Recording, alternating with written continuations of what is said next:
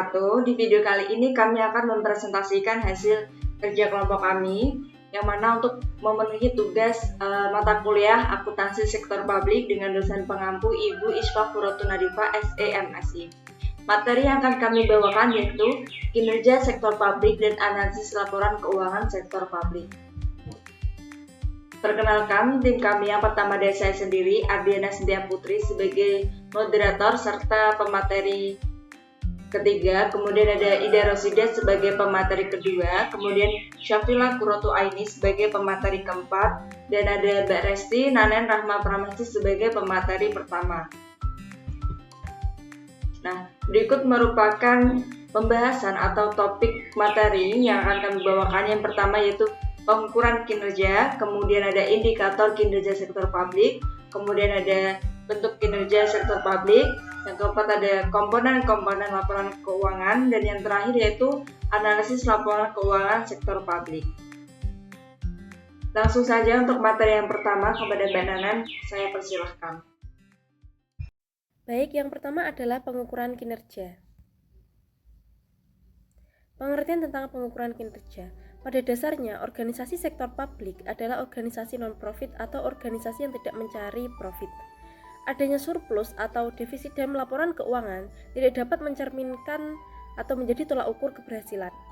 Nah, keberhasilan organisasi sektor publik ini tidak hanya diukur dari segi keuangan atau finansial, akan tetapi juga dari kinerjanya yang tercermin dalam anggaran dengan target kinerja kualitatif.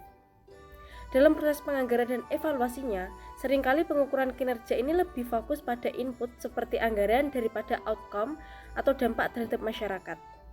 Pengukuran demikian hanya berfokus pada penjelasan aktivitas-aktivitas organisasi, tetapi tidak menjelaskan dampak program terhadap masyarakat. Kinerja digunakan sebagai dasar untuk melakukan penilaian kinerja, yaitu untuk menilai sukses atau tidaknya suatu organisasi, program, atau kegiatan.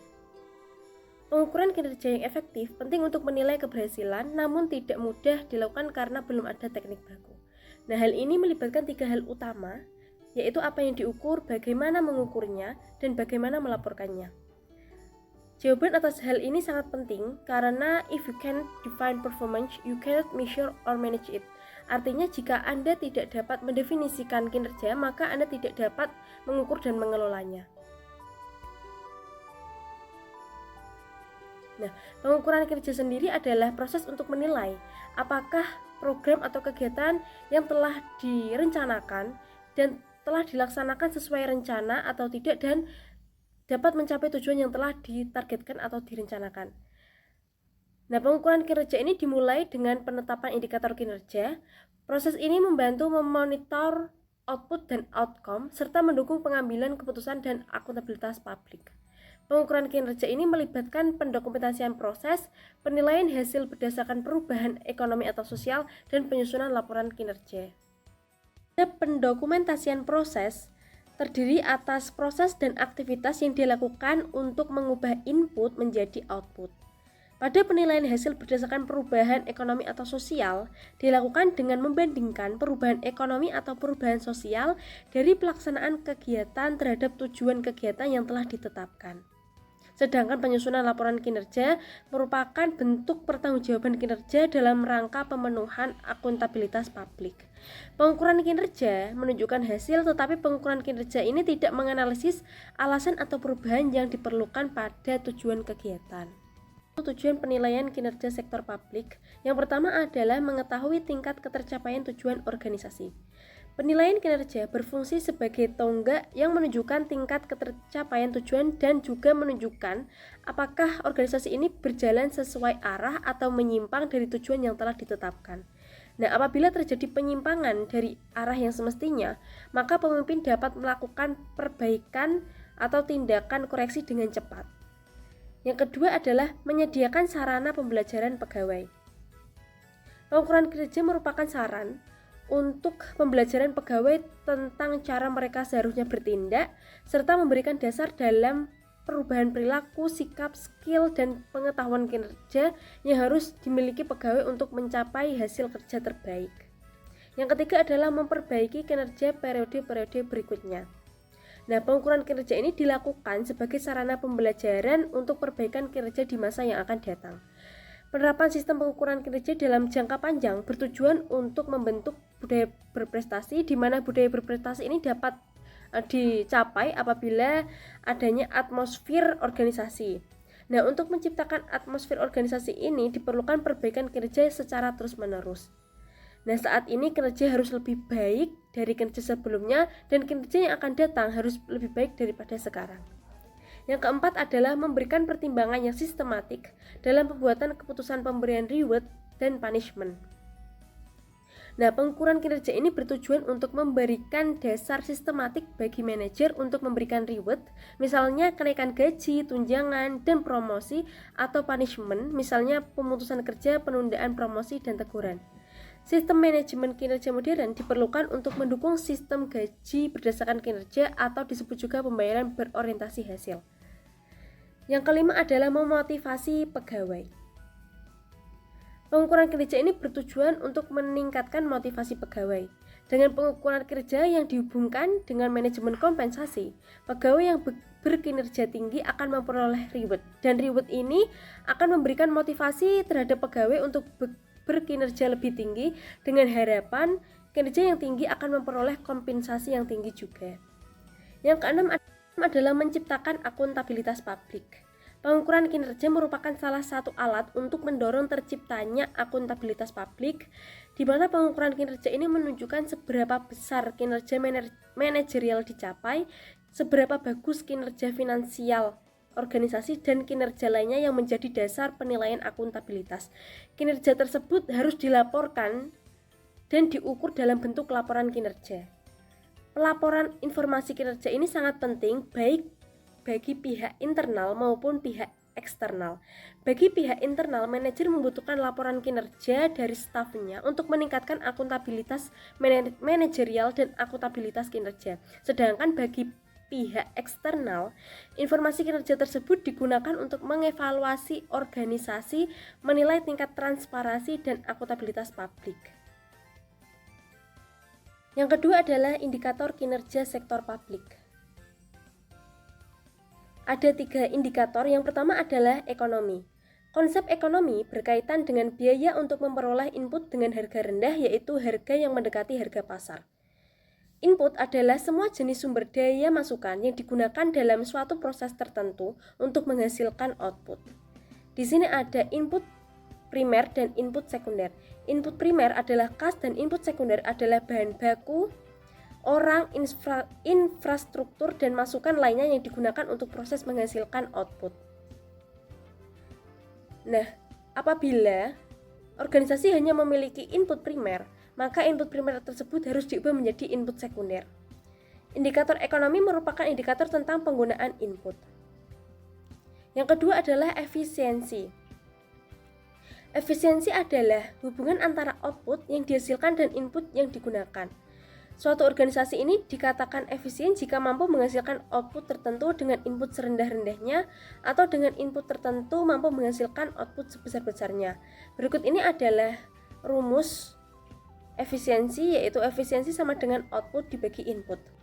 Nah, organisasi sektor publik ini dinilai semakin efisien apabila rasio efisiensi cenderung di atas 1.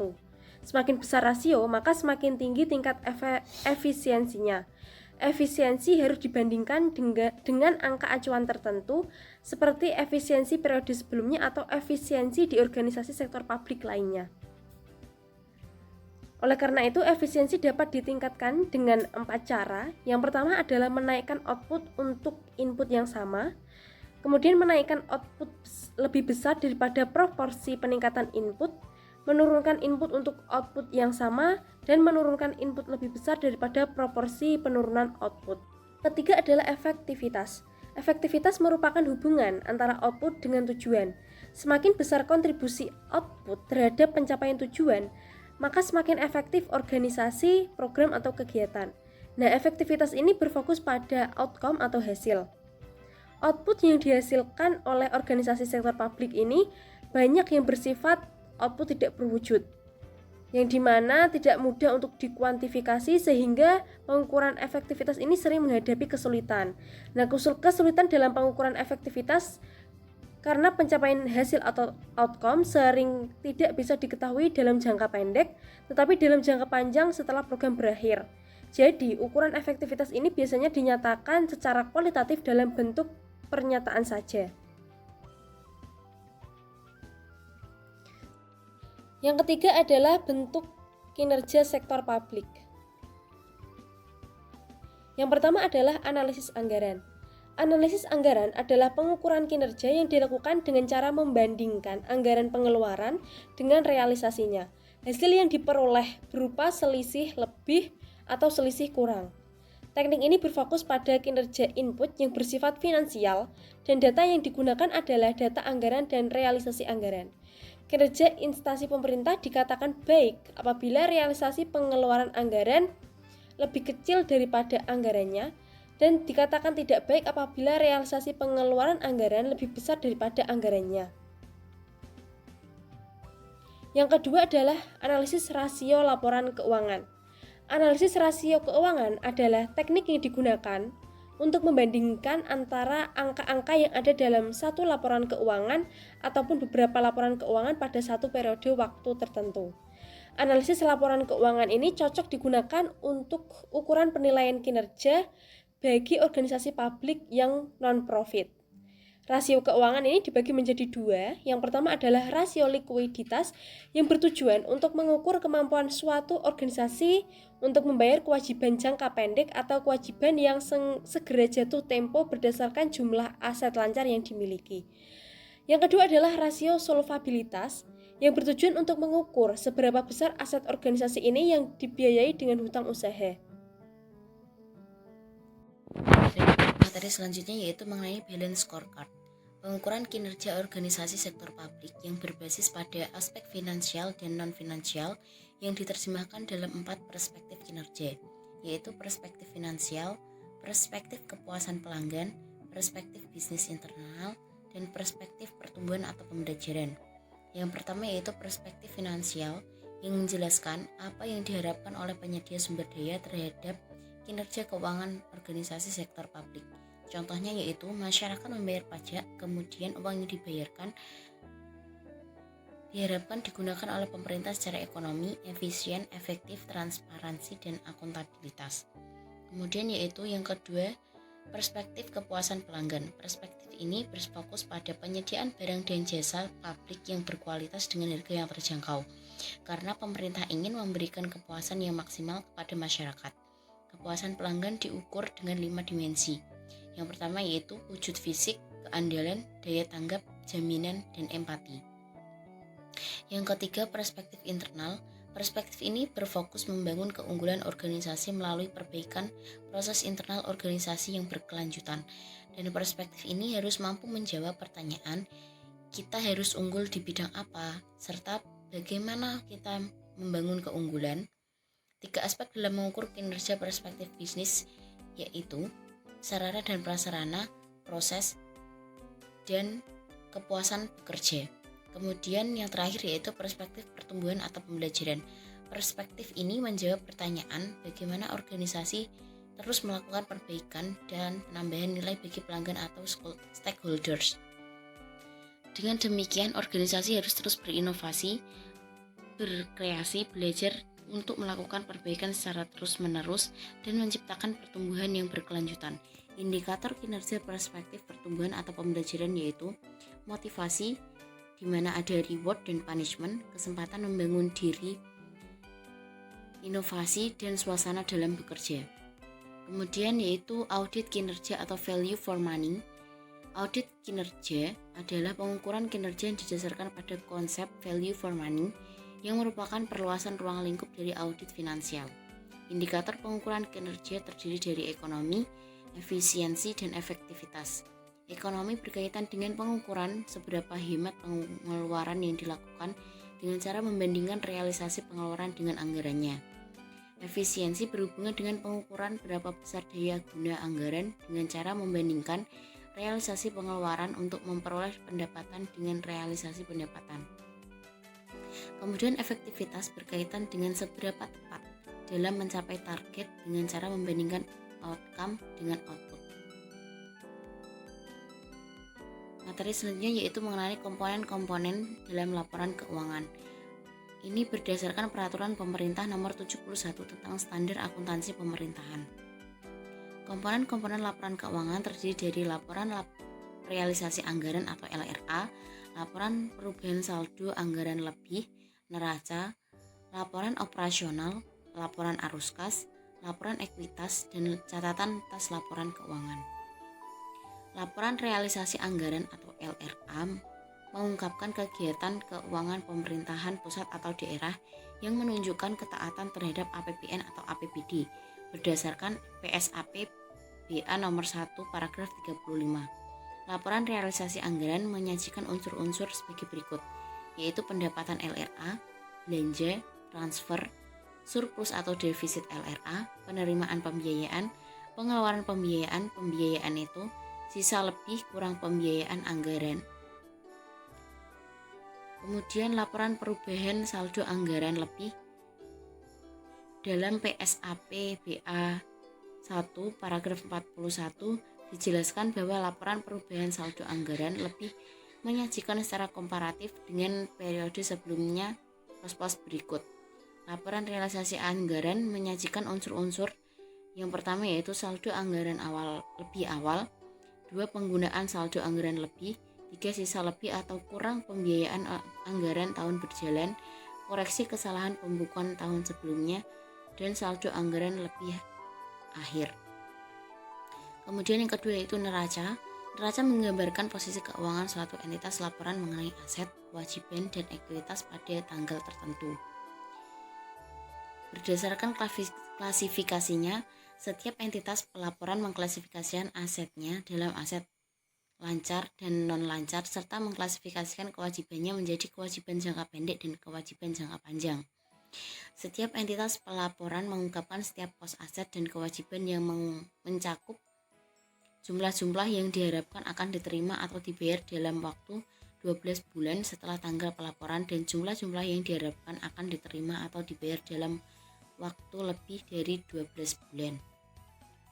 Neraca menyajikan secara komparatif pos-pos berikut ini, yaitu aset lancar, investasi jangka panjang, aset tetap, kewajiban jangka pendek, kewajiban jangka panjang, dan ekuitas.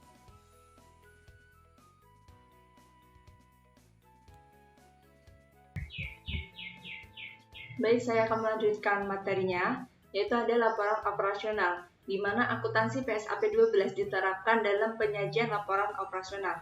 PSAP 12 berlaku untuk setiap entitas pelaporan dan entitas akuntansi, baik pemerintah pusat maupun pemerintah daerah, dalam menyusun laporan operasional yang menggambarkan pendapatan LO.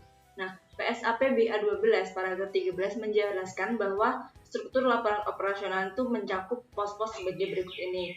Ada pendapatan LO dari kegiatan operasional, beban dari kegiatan operasional, kemudian surplus atau defisit dari kegiatan operasional, kemudian surplus atau defisit juga dari kegiatan operasional, pos luar biasa, dan surplus atau defisit LO. Selanjutnya yaitu laporan arus kas. Pada akuntansi PSAP BA 03 paragraf 15 mendefinisikan bahwasanya laporan arus kas ini menyajikan informasi mengenai sumber, penggunaan, perubahan kas, dan setara kas selama satu periode akuntansi, dan saldo kas juga setara kas pada tanggal pelaporan yang diklasifikasikan berdasarkan pada aktivitas operasinya, kemudian aktivitas investasi, kemudian aktivitas pendanaan, dan aktivitas transitorisnya. Nah, selanjutnya itu laporan perubahan ekuitas atau kita kenal sebagai LPE. Nah, laporan perubahan ekuitas ini menyajikan informasi kenaikan atau penurunan ekuitas tahun pelaporan dibandingkan dengan tahun sebelumnya.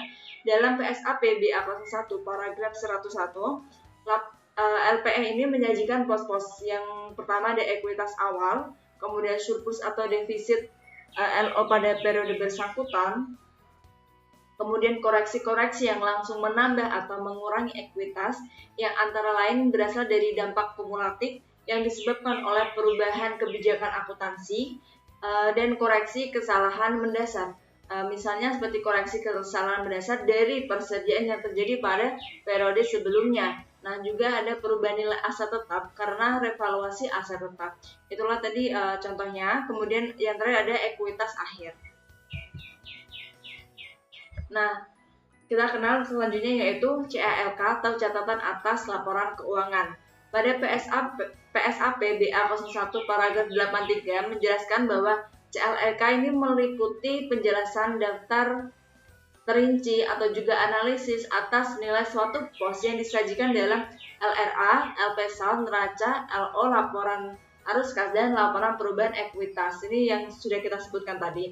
Nah, CALK ini mengungkapkan apa saja? Nah, contohnya ada informasi umum tentang entitas pelaporan dan entitas akuntansi, kemudian informasi tentang kebijakan fiskal, keuangan, dan ekonomi makro, kemudian ikhtisar pencapaian target keuangan selama tahun pelaporan berikut, seperti itu.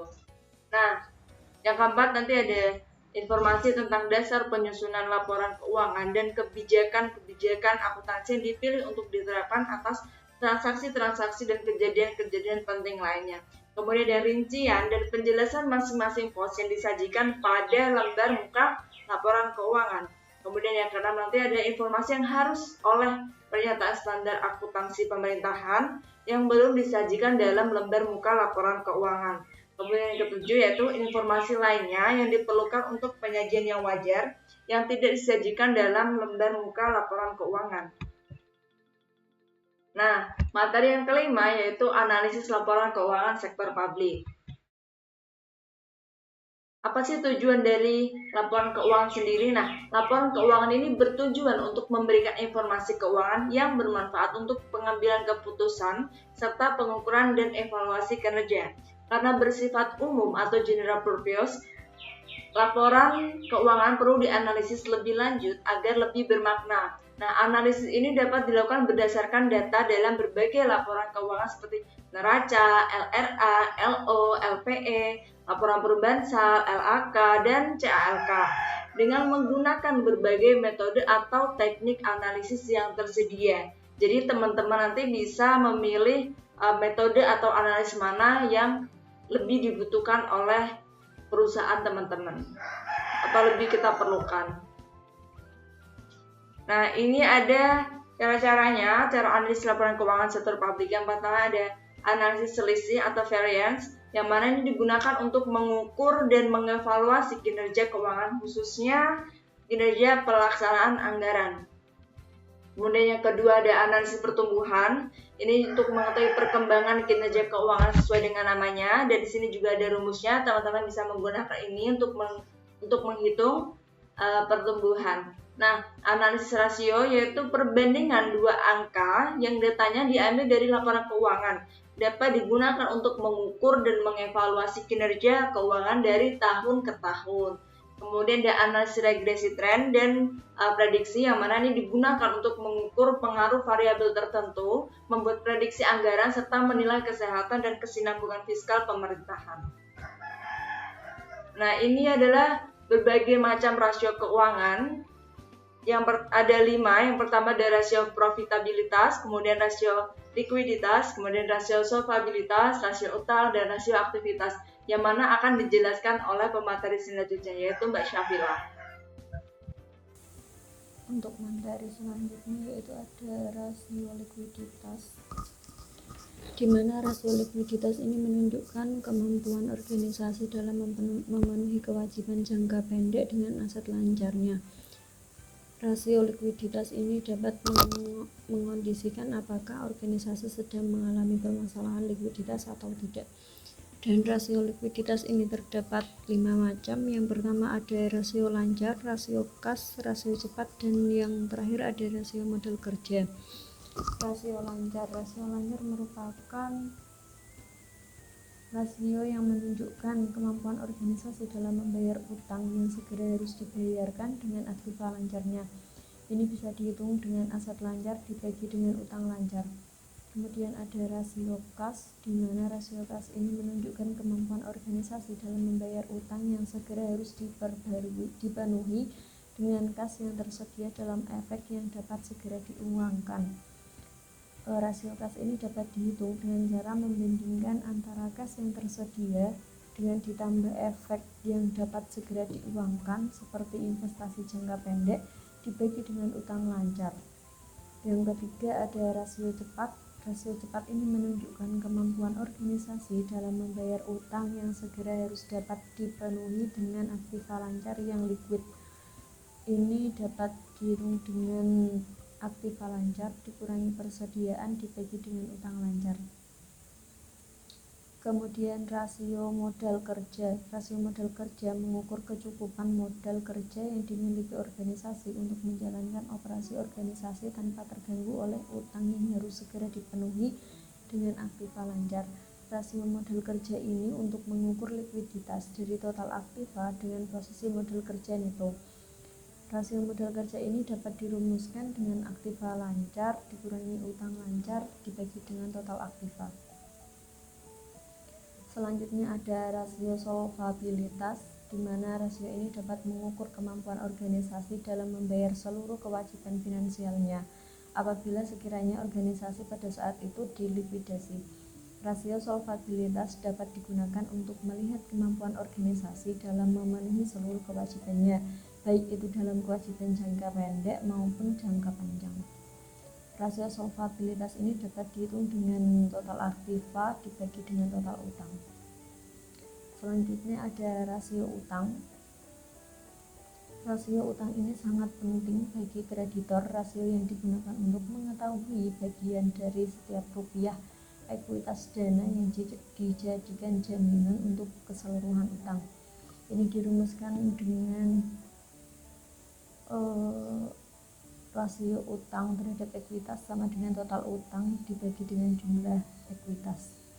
Yang selanjutnya ada rasio utang terhadap aset modal, di mana rasio utang terhadap aset modal ini dihitung dengan total utang dibagi dengan total aset modal, di mana jika hasilnya lebih dari 1 maka dihitung kurang, sama dengan 1 dihitung cukup, dan kurang dari 1 dihitung baik.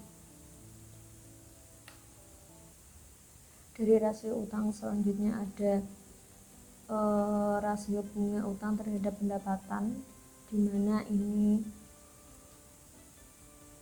rasio bunga utang terhadap pendapatan ini merupakan rasio untuk mengetahui besarnya jaminan keuntungan untuk membayar bunga utang jangka panjang.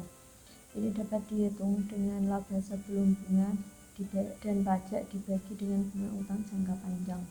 Selanjutnya ada rasio utang terhadap pendapatan, di mana rasio utang terhadap pendapatan ini mengukur besarnya jaminan pendapatan untuk membayar total utang. Rasio ini dihitung dengan membagi total utang dibagi dengan pendapatan. Selanjutnya atau yang terakhir ada debt service coverage ratio atau disingkat dengan DSCR, di mana ini merupakan salah satu jenis rasio utang yang mengukur kemampuan pemerintah, khususnya dalam pemerintah daerah, untuk memenuhi utang beserta bunganya dengan kemampuan keuangan yang dimiliki.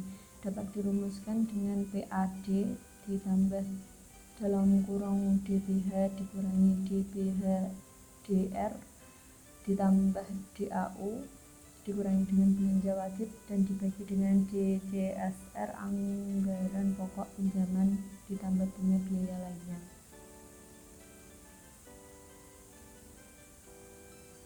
Rasio aktivitas.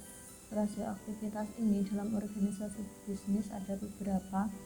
Yang pertama ada rata-rata umur piutang, menunjukkan berapa lama waktu yang diperlukan untuk melunasi piutang atau merubah piutang menjadi kas. Dihitung dengan piutang dagang dibagi penjualan dibagi 365 hari penjualan.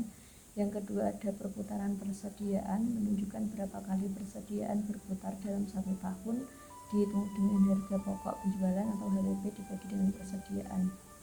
Selanjutnya dari rasio aktivitas ada perputaran aset tetap, di mana ini menunjukkan sejauh mana kemampuan perusahaan menghasilkan penjualan berdasarkan aktiva tetap yang dimiliki perusahaan. Perputaran aset tetap ini dapat dihitung dengan penjualan dibagi dengan aset tetap.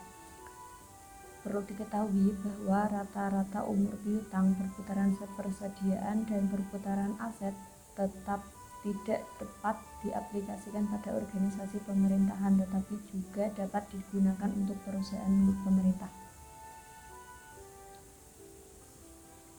Untuk rasio aktivitas ini ada rasio keserasian belanja bermanfaat untuk mengetahui keseimbangan antar belanja. Jadi hal ini terdapat beberapa poin untuk rasio belanja. Itu ada rasio belanja per fungsi terhadap total anggaran, rasio belanja operasi terhadap total anggaran, dan rasio belanja modal terhadap total anggaran. Selain rasio-rasio tersebut, terdapat beberapa rasio keuangan untuk mengukur kinerja. Di antaranya ada derajat desentralisasi, rasio keuangan daerah, rasio kemandirian daerah, rasio efektivitas PAD, rasio efisiensi PAD, rasio efektivitas pajak, rasio efisiensi pajak, dan derajat kontribusi pada BUMD. Selanjutnya ada rasio profitabilitas, di mana rasio profitabilitas ini mengukur kemampuan organisasi dalam menghasilkan laba. Rasio profitabilitas ini meliputi profit margin, ROA, ROI, ROE, dan ROCE, dan yang terakhir ada net income, di mana rasio profitabilitas ini tidak dapat diaplikasikan untuk analisis laporan keuangan pemerintah, tetapi dapat diterapkan pada perusahaan milik pemerintah yang bersifat bisnis. Baik, selesai juga materi pada video ini. Semoga ini bermanfaat buat teman-teman dan juga menambah wawasan. Nah, kalau mungkin ada yang kurang paham atau kurang mengerti dari materi ini, kalian bisa bertanya kepada kelompok kami dengan memberikan komentar di bawah ini ya, karena ini sifatnya online, jadi kalian juga harus bertanya secara online gitu. Terima kasih, mohon maaf kalau kami ada salah kata atau salah pengucapan dan masih banyak kekurangnya. Wabillahi taufiq wal hidayah. Wassalamualaikum warahmatullahi wabarakatuh.